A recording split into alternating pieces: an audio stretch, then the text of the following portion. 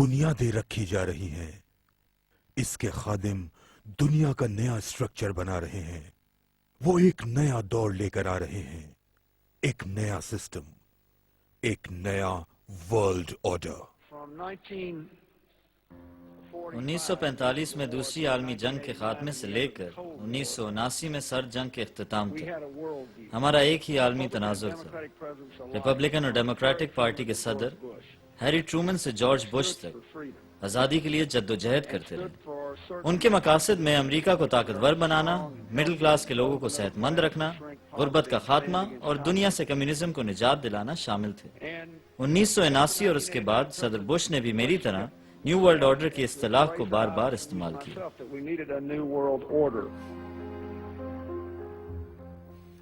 अब हम एक नई दुनिया की तस्वीर उभरते हुए देख सकते हैं, जिसमें एक हकीकी न्यू वर्ल्ड ऑर्डर वजूद में आ रहा है।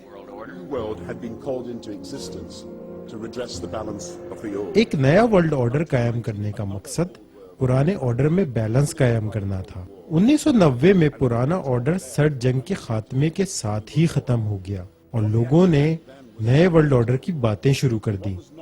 इनके कहने का मतलब ये था कि एक नया सियासी वर्ल्ड ऑर्डर वजूद में आ रहा है। इस वक्त लोगों ने ये इदराक ना किया कि दुनिया में ग्लोबलाइजेशन इतनी तेजी से दुनिया को तब्दील करके रख देगी और लोगों की जिंदगियां तब्दील हो जाएंगी।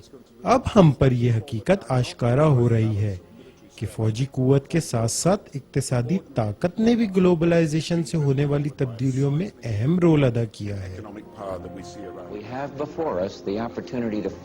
अब हमारे सामने मौजूदा और आइंदा नस्लों के लिए न्यू वर्ल्ड ऑर्डर कायम करने का मौका मौजूद है। एक ऐसी दुनिया जिसमें जंगल का कानून ना हो, बल्कि कानून की हुक्मरानी हो और ये कानून अक़वाम आलम के लिए ज़ाब्ता कायम करे, जिसके बाद अक़वाम मुत्तहिदा एक ऐसा इदारा बन सकेगा जो आलमी अमन कायम करने में अहम किरदार अदा कर सकेगा।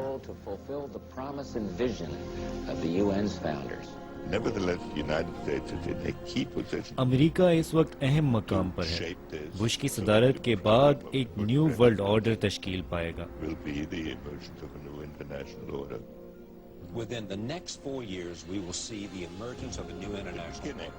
एक नए इंटरनेशनल ऑर्डर की शुरुआत होगी। एक उम्मीद है कि हर कोई इस नए वर्ल्ड ऑर्डर के लिए सरगर्म होगा, जिसमें मुख्तलिफ निज़ाम और इक़दार के तहत चलने वाली अक़वाम अमन के साथ रह सकेंगी और न्यू वर्ल्ड ऑर्डर कायम करेंगी।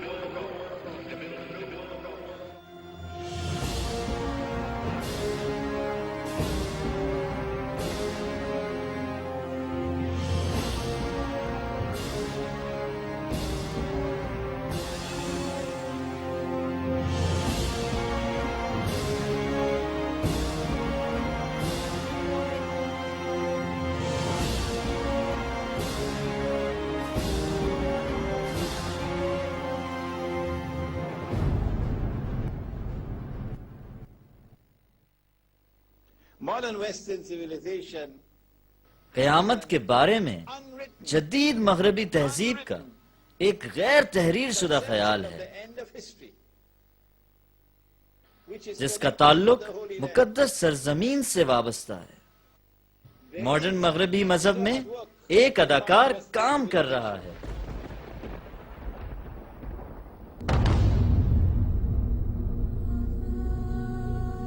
जब हम मजहब दुश्मन दज्जाल के खादमीन के मौजू पर बात करते हैं तो इनके सिंबल्स या लोगोस को समझना होगा, जो इस जमाने में चीजों को कंट्रोल कर रहे हैं। आज के दौर में सबसे ज्यादा इस्तेमाल होने वाला symbol royal coat of arms है। ब्रिटिश कॉलेज ऑफ हेरल्ड्री ने आज से 500 साल कबल एक गाइडलाइन के तहत रॉयल कोट ऑफ आर्म्स का डिजाइन बनाया था। सोचने की बात यह है कि इस सिंबल में क्या खास बात है। सबसे पहली बात तो यह है कि रॉयल कोट ऑफ आर्म्स और बरतानिया का ताल्लुक अबरानी नस्ल से वाज़ेह होता है। अगर इसका बाइबल से मुवाजना करें तो इसमें म्यूजिकल टाइप से इसका ताल्लुक अबरानी बादशाह हजरत दाऊद से बनता है। इसमें चिंघाड़ता हुआ शेर और यूनिकॉर्न उसी अबरानी रियासत की अलामात हैं। ताहम ये छोटी छोटी तफसीलात हैं उस बड़े प्लान के लिए। रॉयल कोट ऑफ आर्म्स में जो अलामात मौजूद हैं, इनका जिक्र बुक ऑफ रेवलेशन में आया है, जो एंटी क्राइस्ट यानी दज्जाल की निशानियां बयान करती है। रीछ के पैर हैं, तेंदुए का जिस्म और मुंह शेर का है। ये नीचे एक बला है जिसने इसको ताकत और असर रसूख दिया है। ये एंटी क्राइस्ट का सिंबल अब इतना फैल चुका है कि अब इस दुनिया के हर घर में पाया जाता है।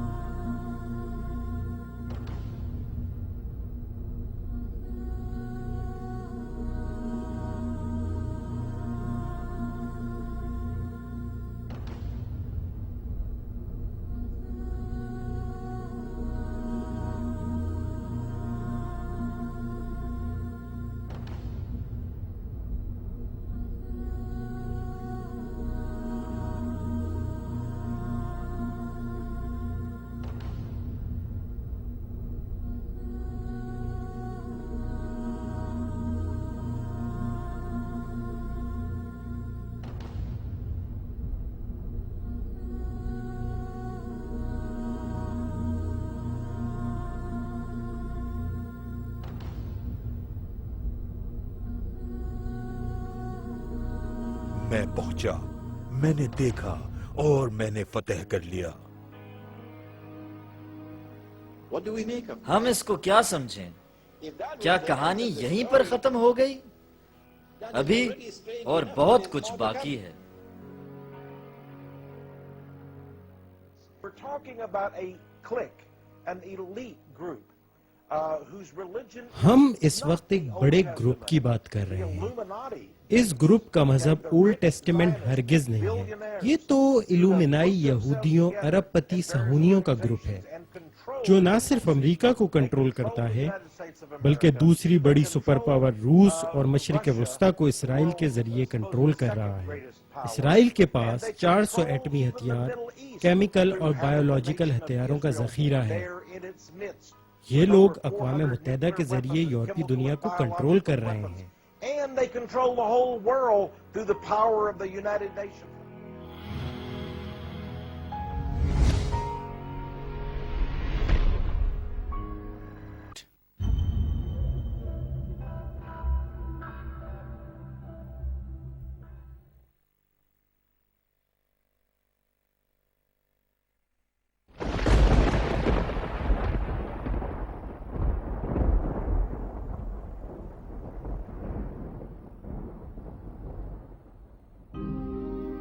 ये जो एलिस्टर करौली है, ये मॉडर्न शैतानी नजरियात का सब